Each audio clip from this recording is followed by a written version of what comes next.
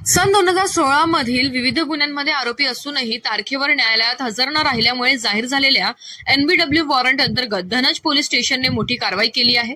या कारवाईत एकूण 22 गुन्हेगारांना अटक करून न्यायालयात हजर करण्यात आले। यापैकी 2 आरोपींचा मृत्यू झाल्याचेही समजते।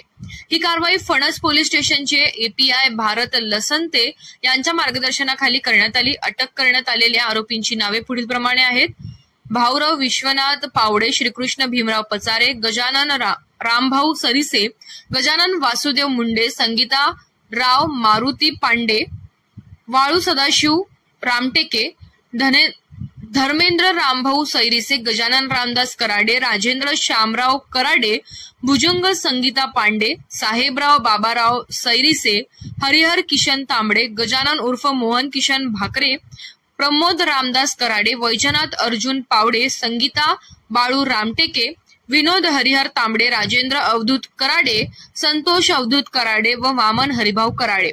या मोठ्या कारवाईत सहाय्यक पोलीस निरीक्षक भारत नसते, पोलीस उपनिरीक्षक गणेश शिंदे तसेच वर अंबोरे, दहाडे, राऊत, विके, राठोड, गावंडे, पटेल आदी पोलीस कर्मचाऱ्यांनी सहभाग घेतला।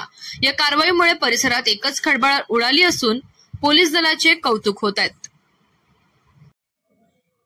नमस्कार। आज पोलीस स्टेशन धनज अंतर्गत माननीय पोलीस अधीक्षक श्री अमित तारे सर यांच्या मार्गदर्शनाखाली एनपीडब्ल्यू मधील आरोपींना शोधकार्य विशेष मोहीम राबविण्यात आली। त्यामध्ये ग्राम सिरसोरे येथील अपराध क्रमांक 10/2016 या राईट गुन्ह्यामधील सर्व आरोपींचा आज रोजी धनज पोलीस स्टेशन या सर्व पथकाने शोध घेतला असता एनबीडब्ल्यू मधील एकूण 23 पैकी 21 आरोपितांना आज रोजी आम्ही ताब्यात घेऊन विद्यमान न्यायालयामध्ये हजर करण्यासाठी कारवाई केलेली आहे। त्यामधील 2 आरोपी हे माहीत असल्याने त्याबाबत कागदपत्रे आम्ही केलेली आहे। यापुढे सुद्धा विद्यमान न्यायालयाने दिलेल्या आदेशाची धनज पोलीस स्टेशन हद्दीमधील सर्व आरोपितांनी दक्षता घ्यावी, कोर्टाचे आदेश आल्यास तात्काळ कारवाई करून घ्यावी।